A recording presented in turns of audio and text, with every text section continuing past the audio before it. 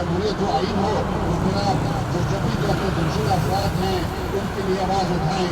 हम ये भी मुतालबा करते हैं कि पाकिस्तान की हुकूमत, मगर हमें तो समझ नहीं आता क्योंकि हमारे प्यारे पता नहीं किस कर्म में है, किस कंडीशन में है, उन्हें खाना मिला है कि नहीं, उन्हें पानी मिला है कि नहीं, उन पे क्या गुजर रही है, क्या वो जिंदा भी हैं या नहीं, तो वी हैव नो इंफॉर्मेशन, हमें कुछ नहीं बताया जाता। बड़ी बदकिस्मती की बात है कि इन मजलूम लोगों को बार बार सड़कों पर आना पड़ता है।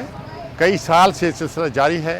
पाकिस्तान के मुख्तलिफ़ हिस्सों में कई हज़ार लोग जबरी तौर पर अगवा हो गए हैं, गुमशुदा करार दे दिए गए हैं।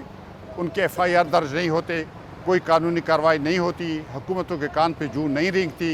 लोगों को छोड़ें, अगर किसी के ख़िलाफ़ कोई जुर्म है उनको अदालतों में ले जाएं, उनके ख़िलाफ़ कानून के मुताबिक कार्रवाई करें, लेकिन लोगों को अगवा करना जुर्म है। बदकिस्मती से हज़ारों पाकिस्तानी गुम हैं।